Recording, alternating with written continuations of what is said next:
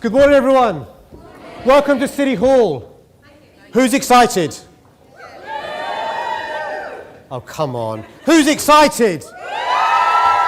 Okay, it's going to be a great morning. I'm going to speak for a little while and bring on our two guests. And the reason why you're here today is this year we have a big campaign called Behind Every Great City. Behind every great city is equality, is opportunity, and is progress. And we're really keen to make sure this year we take advantage of it being 100 years since the first women got the right to vote. And I've got with me on stage now, and you're going to probably raise the roof and make me have to bring in the builders when I ask them to come on stage, but two of the leading feminists in the world. And they're in positions of power and influence, and they are amazing people. They're going to take a couple of minutes to kick things off, and they're going to take questions from you. So I want you to raise the roof. I want to introduce, firstly, the Prime Minister for Canada, and then secondly, the Prime Minister for New Zealand. So are you ready? Yes. Now, are you excited? Yes. So let's give a big, warm London welcome to the Prime Minister from Canada, Justin Trudeau.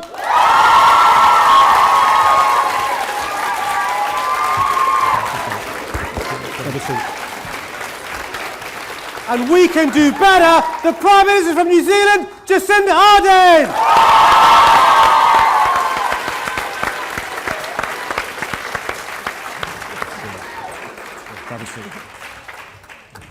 So Justin and Jacinda have very kindly agreed to take as many questions as we can fit in to their busy schedule. This is the first public event either of them are doing because they were keen to listen to young Londoners and take your questions. Next week in Parliament Square, we're going to unveil the first ever statue of a woman.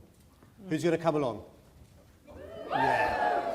So look, so what we're going to do is I'll speak to your teachers, by the way, for those students, and you can come along as well. We're going to take questions from you. Before we take the questions, I've got a list of those of you who wanted to ask a question. I've got your names down here. Can I just check? We've got Heartlands High here.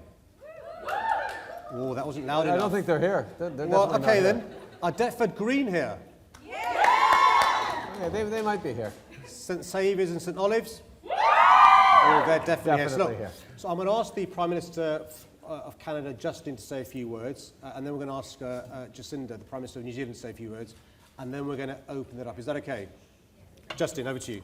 Listen, one of the great things about this job is an opportunity to sit down and meet with a huge range of people, different backgrounds. My favorite thing to do is to meet with young people, because the way you're asking questions about everything, the way you're challenging us, society, to think differently, to evolve, to change, to be challenged, is super important in politics, but in just about every area. As we're going through a time of tremendous change, getting young people to realize that you are not, unlike what people tell you, the leaders of tomorrow. You're already leaders today, and what you do today and the actions you take right now have a deep, deep impact. And one of the things that we're going to talk about today, which is so important, is we all have important voices to raise, every single one of us. And on the issue of feminism, obviously that means making sure that girls are speaking loud and proud. But it also means that men have to be part of the solution. Guys need to speak up. Be proud of saying that, yes, we are feminists, because we know that men and women need to be equal, and there's a lot of work to do. That's what we have to do together, and that's why I'm so glad to be here to hear your questions.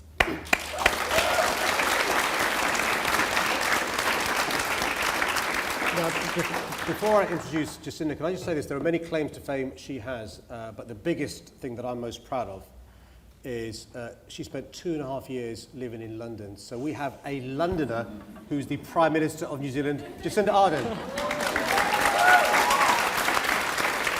Thank you, Sadiq. I got nervous when you said biggest claim to fame because I immediately think about my front bag when anyone makes a reference like that. It's really wonderful to be here with you today, and I really want to leave time for questions. I want to hear from you what you're interested in hearing from us about. But one thing I did want to say was congratulations on celebrating 100 years of women's suffrage.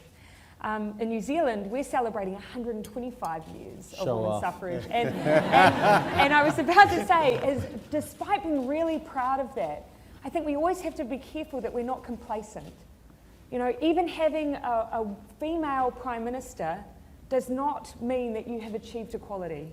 As long as we have a gender pay gap, as long as we have women who are overrepresented in low-paid work, as long as we have women who are more likely to experience domestic violence, then there is a lot of work to do. And so for me, the issue of equality, it spans across so many areas. And so I'm so pleased to know that there is no complacency here, because we do need to make sure that we just keep working to make things better and better, so that in the future, your children, my children, these things won't be child. If I say children plural, Clark gets very nervous. So that things will be better for that next generation than they even are now. So thank you for being so interested in this really important topic.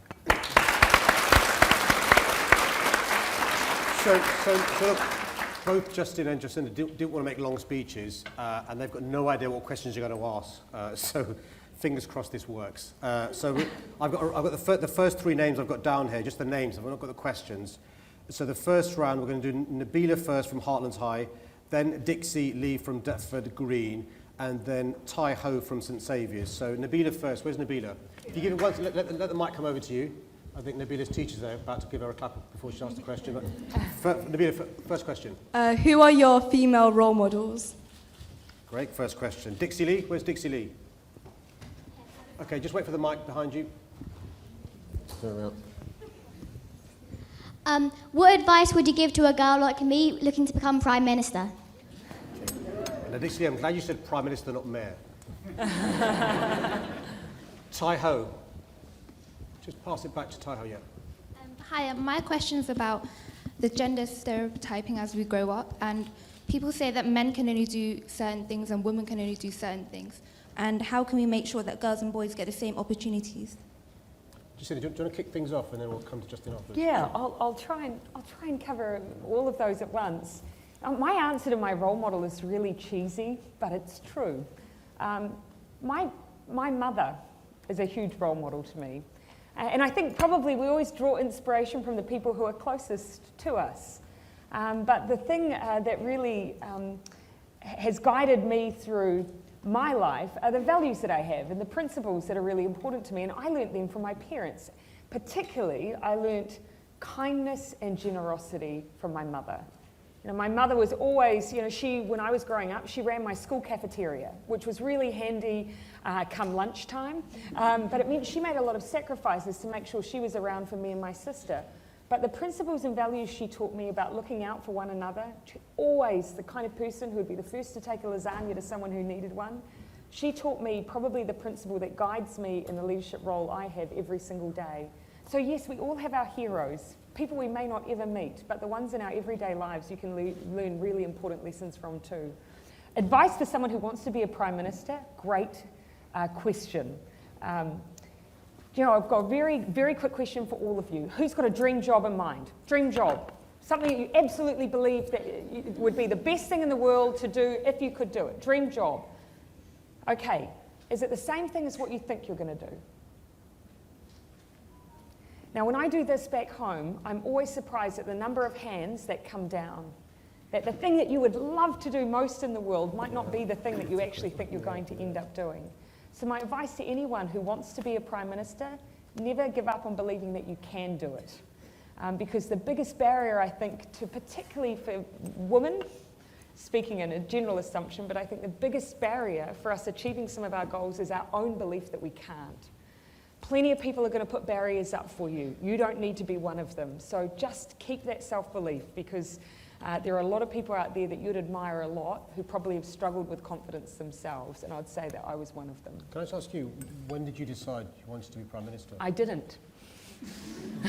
Is it for the reasons you've said? Oh, I've never saw myself being able to take on such a role. And I've always been really open about that. It's just something that I thought was just something others did. I absolutely believed I could do it, just never saw myself doing the role. Yeah. Okay. Justin. I'm going to start with the last question, the way we raise our kids on gender stereotyping, how we show you guys that you can do anything. And for me, I spent a lot of years as a youth advocate, and as I got older and older and still tried to talk about youth, I'd project myself back. But now I'm a dad, and when I think about youth, I look at my kids and I project them forward. And one of the things that I've realized, and I've talked about a lot, is making sure that I raise my daughter to understand that she can do absolutely anything, that there should be no barriers, that she should have all the opportunities in the world. But my wife, Sophie, who's actually one of my role models and inspirations as a woman, there's no question about it, pointed out to me that it's great that you're raising your daughter to be a feminist and to think about gender equality and know that she can do anything, but you got to raise your sons as well to be feminists and to support their sister and girls around the world to be able to know that they can do everything. And how we change mindsets, not just among women but around men, and include men in the conversation on women's equality. If you think about it, we're in a situation where men are unfairly given more opportunities, more power, more weight to what they say and do because we have an imbalance in our society. Well, the men have to be encouraged and brought along to use that extra power and weight we give them to be part of making equality happen, to be part of the solution. Men need to be allies and partners and supporters in the fight for equality because it ends up helping us all. And the question about becoming PM, absolutely, I totally support everything Jacinda said. And I think the path towards politics, as you think about it, there's not one path that will lead you towards politics. You don't say, okay, I've got to study in school and go into political science and then start working on a political campaign. And I mean, that's a path, and some people do it. But anything that charges you up and gets you passionate and gets you connecting with people and bringing people together and creating actions and impacts in the world is a path towards political activity and eventually, possibly, politics if you still want to do that. So be open to having a political impact as an active, engaged citizen, and you'll be amazed with how far that brings you. And the last comment is about needing to have more women wanting to become Prime Minister, able to become Prime Minister, able to be successful in politics. I mean, one of the things that we were able to do in Canada was appoint a gender-balanced cabinet, 50% men, 50% women in our government. But in order to do that, I had to spend a few years trying to convince extraordinary women across Canada to step forward into politics. And you really notice when you're asking great people, and I asked great people, all sorts of backgrounds, to come join me and step up into politics. When you ask a guy if he wants to go into politics, if he'll step forward in politics, his first question is usually something like, why did it take you so long to ask me?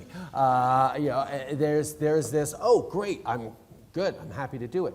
If you ask a woman if she wants to come into politics, there's usually a pause, and it's exactly what Jacinda said, is, really? Do you think I'm good enough? Do you think I have enough capacity? Do you think, and you meet these people with extraordinary CVs, extraordinary backgrounds, but there is a system that keeps us doubting, or keeps women doubting that they can succeed. And we really have to deliberately break down the barriers out there, but also the barriers in mindsets that happen. And having conversations like this are a big part of it.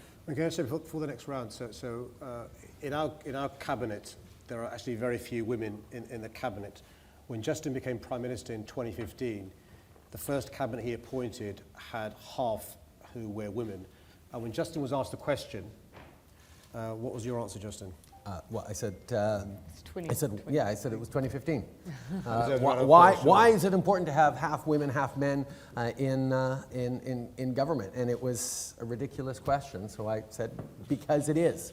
Because it's time that we stopped realizing that parity is some far-off thing we have to reach to. It's something we have to take concrete actions towards right now. And the best thing about the gender balance cabinet isn't the symbol, isn't the indication that it can be done or should be done.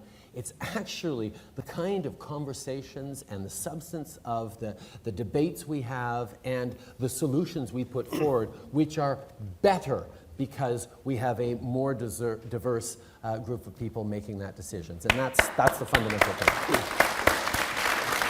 Okay.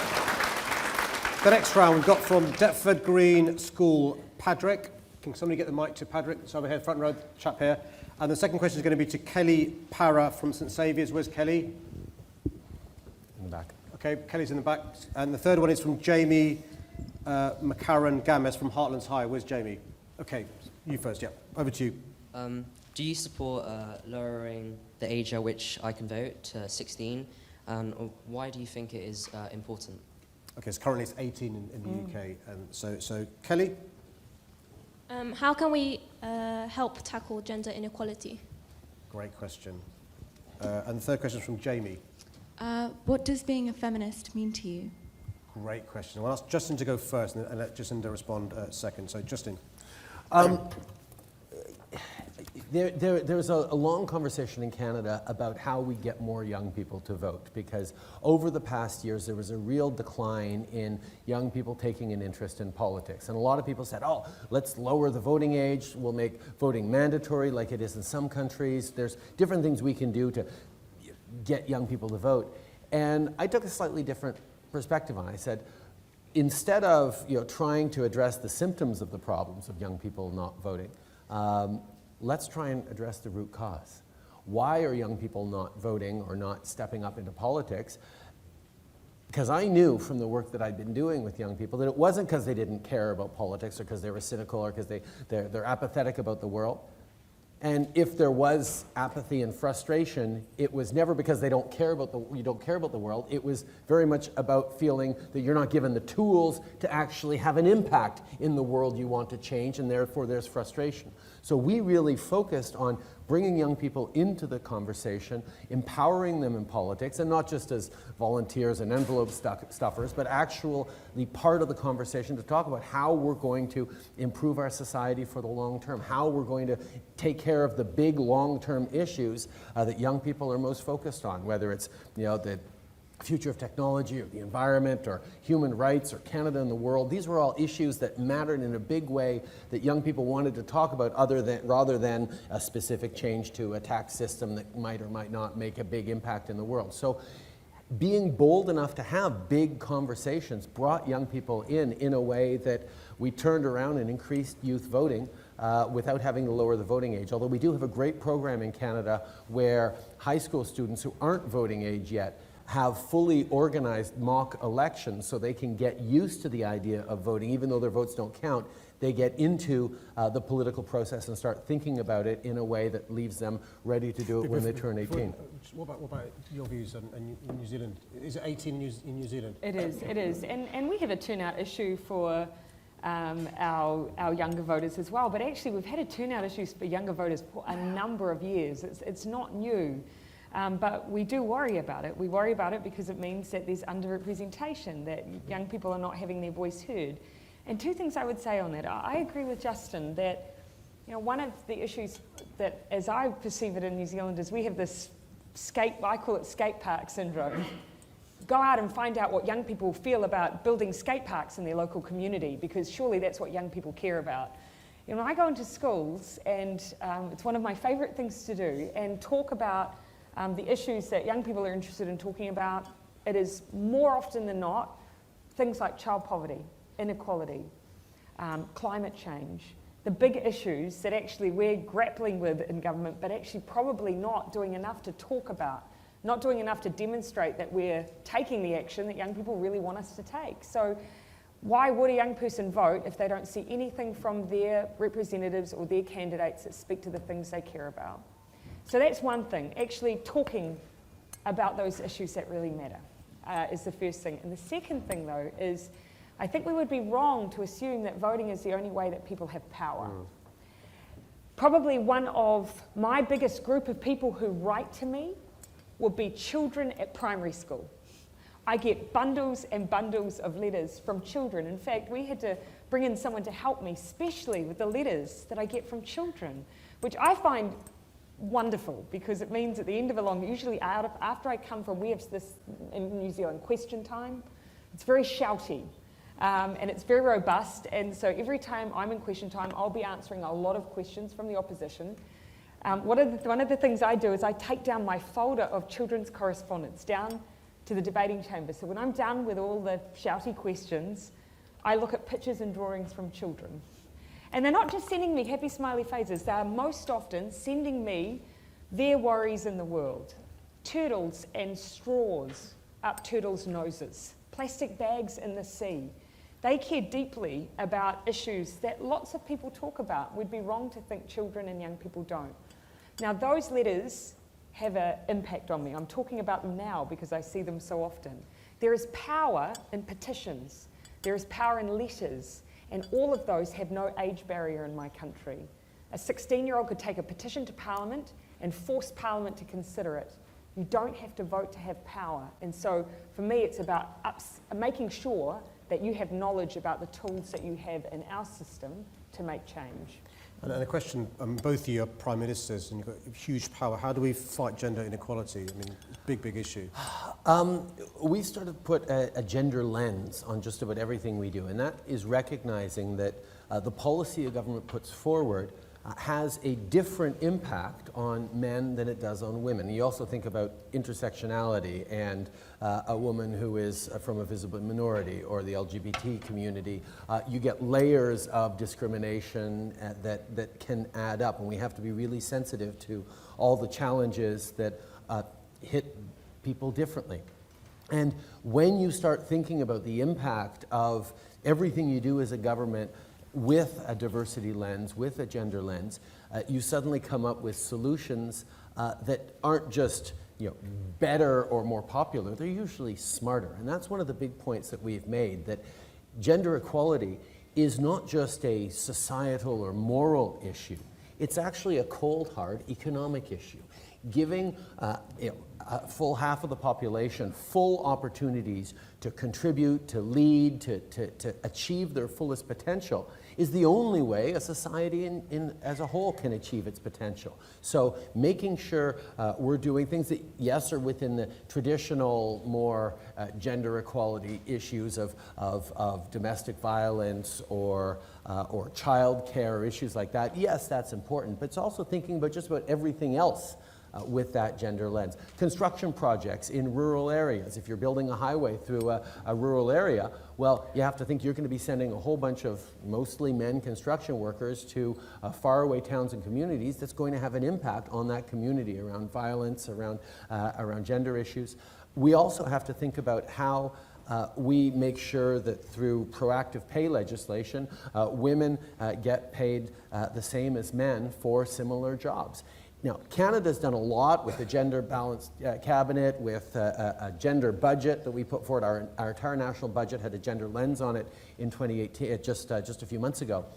But when you actually look at the numbers, we're way down in terms of women in Parliament, we're way down in terms of women in boards, and we're actually fairly low in terms of actual gender parity in terms of the workplace. So we recognize that there's some things we're talking about really well, but there's other things we're working on, but we still got a really long way to go. And that comment that Jacinda made about complacency and knowing that we have to challenge ourselves to do better and constantly think about it is the only way we close the gaps around gender equality. Jacinda, and also the other question about what feminism means to you as well. What feminism means to me? Who believes in equality? Who believes in equality? You are all feminists. Because that, for me, that is at its most simple. That is what feminism is. It's just that simple idea of fairness. Now, lots of stereotypes hang off that word, lots of them. We were talking about them before, and all of you had such good insights into all of the stereotypes that hang off that one word. And that comes with a word that has so much history, waves of history, different movements at different times. But if you drill it all back down, and if you just simplify it, feminism is about fairness and equality. Now, that means that actually the work that we have to do sits across a whole lot of areas. Now, one of the things I sometimes get frustrated by is this idea that the only markers we have are women's representation. We've had almost 40% women in our New Zealand Parliament. It's the highest we've had ever. We right now have a female Governor-General. I'm a female, obviously, Prime Minister, a female Chief Justice. Does it mean our work is done? No, because again, as I say, the measures that matter a lot to me are about the ones in everyday life and the experience that women have in the workplace in everyday life. And that isn't just up to politicians, that's up to all of us. So that's also why feminism for me is about everybody. It's about men, it's about women, it's about making sure that everyone, no matter which workplace they're in, which school they're in, actually just gets a fair go, and we just try and weed out some of those very old-fashioned behaviours. Okay, we're going to move on to the next round of questions. We've got Zariel, Adiola and Kathy Ann. Where's Zariel? From Heartlands. I would like to know what does equality mean to you and how can it be represented in society? Sorry, say that again? What is equality mean to Equality. you and how can it be represented in society? Great. And Adiola? I also want to say congratulations on your pregnancy. Thanks very much. And my question is, how do you deal with prejudice against women in politics? Good. That's for you, clearly. Yes. Kathy Ann from Deptford Green. Thank you. My question is, what should be done about the gender pay gap and what are you doing about it? Great questions.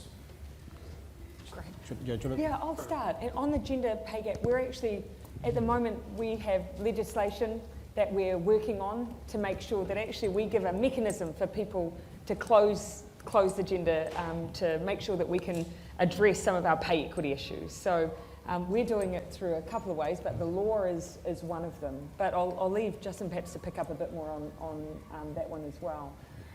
We actually just not long had a landmark court case where home care workers, people who looked after the elderly, we went through a process and really challenged the idea that they were being paid fairly, and the court found in their favour, and it's meant a massive difference in pay increase for those predominantly women who work as home care workers. So that's the kind of work we're trying to do, but without you having to go through the courts to achieve it.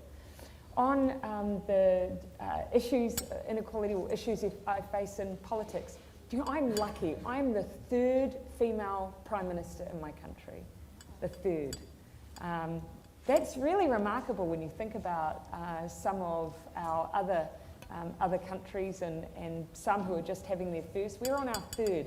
And I have to say that those women really paved a way for me. They've made a huge difference in the kind of experience that I'm now having in leadership. Having said that, probably I had just as many difficult moments when I was outside of politics as I do in. I still remember in one of my really early jobs, my first boss, who was a woman, told me I would never get promoted unless I cut my hair. I haven't cut my hair since. I have to say I'm like Samson now. I've had this almost Can I say Justin had the same problem? Because she thought I didn't look serious and that no one would ever take me seriously as a woman if I had long hair. I know that's a really trivial little example, but I just use it to say that actually, yes, in politics, I do experience bits of it here and there, but I have a lot of people who come in and defend when it happens. When I was in that workplace, there was no one else but me to take it on by myself. And that was probably harder in a lot of ways. And so that's why I'm really conscious that even if we look like we're weeding it out in the high places, we've got to think about the other workplaces too, and we've got to look out for one another in those workplaces. And so perhaps then my experience isn't quite as bad as others I've seen. One final thing I'll say is that when I was elected to be the leader of the Labour Party in New Zealand, I was the youngest member of that caucus and I was a woman, and all the MPs in my team backed me. So having a great team around you really makes a difference too. Cracking answer. Justin. On the gender pay gap, I think it's important as well that we recognize what the gender pay gap is. It's not, if you go to a bank and there's two bank tellers in front of you, and one's a man, one's a woman, that they might make a different salary. Although if they're not making the same salary, there's a problem there for the same seniority, same years of experience, same job. It's in different types of jobs. I mean, Jacinda talked about home care workers that are more predominantly women, but that might be the same amount of training, the same kind of challenging job as a job in being a building engineer or a more custodial services or something that is more male-dominated. So it's looking at different types of jobs and seeing, if this one is more of a women-dominated job and that one's more of a male-dominated job, and they have about the same degree of difficulty, and that's sort of the challenge or degree of quality or value, making sure that what happens right now is that the women's jobs are usually underpaid, that you raise the salaries of those women's jobs so that it's fair across the board. And that's a fairly complicated thing to do within society. We're doing it within our public service. We're also putting forward legislation that we're working on. We should compare notes on how we're doing it. But it's something actually that comes a little more easy because larger companies are now much more computer savvy, and the HR departments are all plugged in terms of salaries. You can actually have more transparency on who's getting paid what and constantly check. And pay equity is not about just bringing in a law and saying, okay, you have to adjust everything. It's about iterating and checking in every few years to make sure that you're doing better every time. It's not an end, it's a process. And doing that is going to be really, really important. Around women in politics and prejudice, we're going through, in politics in Canada and around the world, the same kinds of things that are happening in Hollywood, in the banking industry, in so many different industries, which is the Me Too movement. A sense of time's up, that harassment in the workplace is unacceptable in any place, in any way, and starting with a position of support and belief for anyone who comes forward with a story of harassment seems like a simple thing, but it's really, really important. When usually a woman comes forward with a story of being harassed, or intimidated, or sexually assaulted or harassed at work, we have to, as a society, do a much better job of believing and supporting and moving forward with them in that. There's still a huge amount of stigma and challenge, and we have to bring that more into the open and deal with it through processes that are actually supportive and fair. And the old boys club and the idea that, we're going to brush it under the rug, that we have to stop. And we've done significant strides in Parliament, but there are huge challenges because harassment and sexual assault is usually, if not always, about power dynamics as well. And politics is a hugely hierarchical structure with massive power dynamics and young volunteers and people who are in danger of losing their job for random reasons. There's a huge amount of work we all have to do, but it starts with all of us standing up clearly and strongly together and saying, this behavior is unacceptable and it's going to stop. And that's what we need your generation to understand and be part of, pushing the change, because some older generations still don't get it. Okay, so I've got somebody at the back telling me, so I think which must mean time is up. Right across from the Tower of London. She wants to probably shouldn't be doing that. So can I say a couple of things? First, I want Jacinda and Justin to have just 30 seconds each just to wind up and say final words, because they've both got really incredibly busy diaries. There are 53 separate heads of government here in London. They've got meetings with some of them. They've got meetings with the royal family, with the Prime Minister, members of the Cabinet, and they've made time to come and listen to and speak to young Londoners. So before I ask Jacinda and Justin to say a few words, can I ask us to show our London appreciation to the Prime Minister of New Zealand and the Prime Minister of Canada, Justin and Jacinda.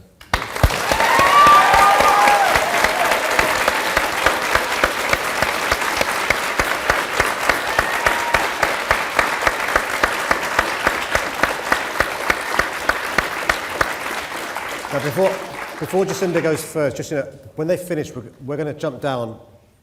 Hopefully, all of us are going to jump down. And have a photograph. I'm going to take the stairs. Walk carefully down the stairs. We'll take a team photograph, which we'll send to you and stuff. So Jacinda, over to you. Oh, I'm gonna be really quick. I just wanted to say thank you for caring. Thank you for caring about issues that are really important no matter where you live in the world. And I actually say the same thing that Justin says quite often. I get frustrated by this Leaders of Tomorrow issue. No one knows what it is to be a 15, 16, 17-year-old in 2018 living in London, but you do. Your experience is unique. Your views, therefore, are important. So never let anyone tell you that they're not.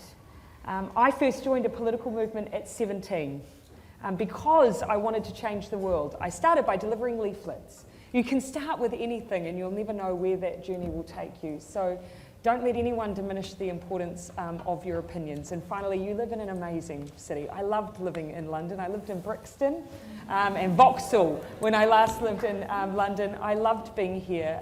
You have a lot to be proud of in your city. Its diversity is one of them, but your mayor's pretty cool as well. So thanks for having us. Justin. My message, very similar to Jacinda's. You matter. What you do matters. And equality, obviously, is something that matters to all of us. The idea of fairness is something that's ingrained in humans. You know, we want the world to be fair, even though in so many ways it's not. In the ways that we can make it fairer, your words matter. Your actions matter. If you see someone making fun or bullying against someone, step up, step in. If you have a capacity to change the way people think, to challenge the world around you, and to gather people with you to continue that challenge, to do the right thing, be brave, be bold, look for ways to have that impact, to shape the world around. The world will be what you all make it.